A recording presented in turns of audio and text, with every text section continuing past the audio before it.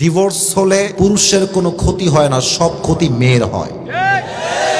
ফাতেমা রাদিয়াল্লাহু তাআলা আনহার জীবনী থেকে শিক্ষা গ্রহণ করেন। বাসায় অভাব ছিল 3 দিন, ভাত নাই, চাল নাই, ডাল নাই, তবুও ফাতেমা অভিযোগ ছুড়েন নাই, বরং স্বামীর সঙ্গে শুকরিয়ার মাধ্যমে দুনিয়াতে জান্নাতের টিকিটটা কনফার্ম করে ফেলেছেন। সুবহানাল্লাহ। অনেক মেয়েরা স্বামীর সঙ্গে ধোঁকাবাজি করে, বেঈমানি করে, স্বামীর ঘরে এসে পরকিয়া করে বেড়ায়। তোমরা এত আস্তে ঠিক বলো কেন? জোরে বলো, কথা আমার ঠিক আছে কিনা বলো। স্বামী থাকে বিদেশে, সারাটা মাস মাথার ঘাম পায়ে ফেলে দেশে টাকা পাঠায়, আর বউটা এত বেঈমান, ওই টাকা দিয়ে এমবি ভরে পরপুরুষকে আই লাভ ইউ বলে বেড়ায়। এরকম মেয়ে বাংলাদেশে বলেন তো সবাই আছে না নাই? আমি আমার বোনদেরকে উদ্দেশ্য করে একটা কথা বলতে চাই, বিয়ের পরে আপনার বাপও আপন না, বিয়ের পরে আপনার মাও আপন না, বিয়ের পরে আপনার রক্তের ভাইও আপনার আপন না। বিয়ের পরে একজন মেয়ের জন্য স্বামীর মতো আপন দ্বিতীয় আর কেউ হতে পারে না। আমার বোনেরা অনেক সময় স্বামীকে কি করে জানেন? প্রেশারাইজ করে। আমার আইফোন 13 লাগবে, আমার আইফোন 14 লাগবে, আমি ফরিদপুরের গ্রামে আর থাকবো না, আমাকে শহরে নিয়ে যাও, আমাকে অমুক বাড়িতে রাখো, আমাকে অমুক গাড়ি কিনে দাও। ডিমান্ডের শেষ নাই। আমি সেই মেয়েদেরকে উদ্দেশ্য করে বলবো, ফাতেমা রাদিয়াল্লাহু তাআলা আনহার জীবনী থেকে শিক্ষা গ্রহণ করেন। বাসায় অভাব ছিল 3 দিন, ভাত নাই, চাল নাই, ডাল নাই, তবুও ফাতেমা অভিযোগ ছুড়েন নাই, বরং স্বামীর সঙ্গে শুকরিয়ার মাধ্যমে দুনিয়াতে জান্নাতের টিকিটটা কনফার্ম করে ফেলেছেন। সুবহানাল্লাহ। এজন্য বোনদেরকে 1 নাম্বার কথা বলবো, স্বামীর সঙ্গে বেঈমানি করবেন না। মনে রাখবেন, একটু তিতা লাগবে শুনতে, একটু তিতা লাগবে শুনতে, অগ্রিম ডিক্লেয়ার দিলাম, ডিভোর্স হলে পুরুষের কোনো ক্ষতি হয় না, সব ক্ষতি মেয়ের হয়।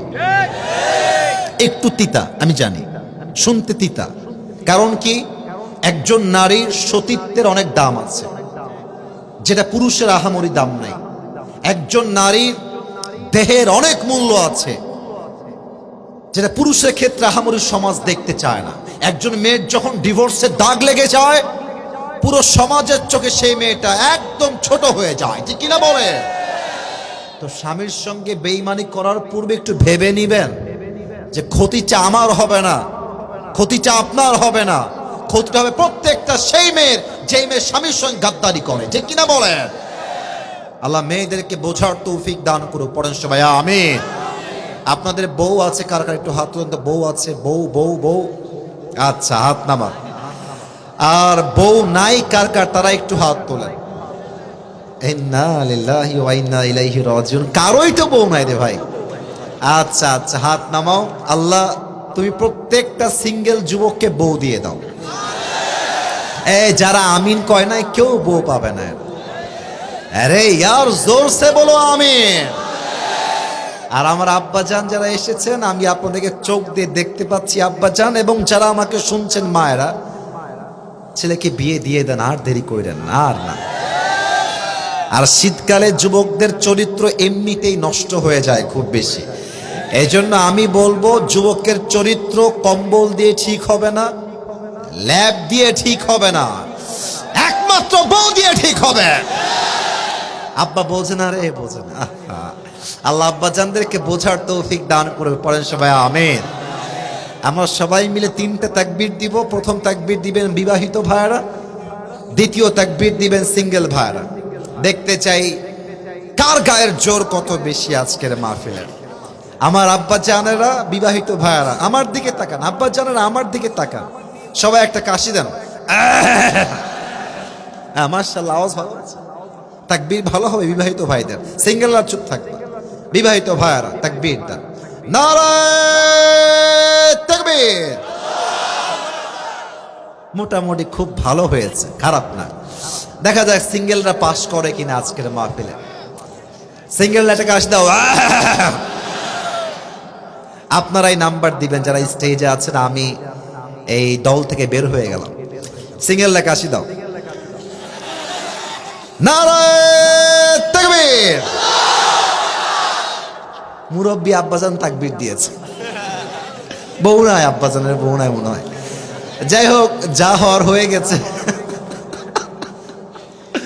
যাই হোক, আজকের মাহফিলে আমার ব্যক্তিগত মতামত হচ্ছে বিবাহিতরা ফেল করেছে, সিঙ্গেলরা জিতে গিয়েছে। হ্যাঁ, এবার আমরা সবাই মিলে একটা তাকবীর দিব। এমন জোরে তাকবীর দিবেন যে আমি আসিফ হুজুর স্টেজ ভেঙে উল্টে নিচের দিকে পড়ে যাব। ঠিক আছে, সবাই একটা কাশি দেন। লিল্লাহি তাকবীর। আল কোরআনের আলো, আল হাদিসের আলো, কোরআন হাদিস যেখানে, আলেম ওলামা যেখানে, ফরিদপুরবাসী যেখানে, আল্লাহ রাব্বুল আলামিন যেন কবুল করে। পড়েন সবাই আমিন।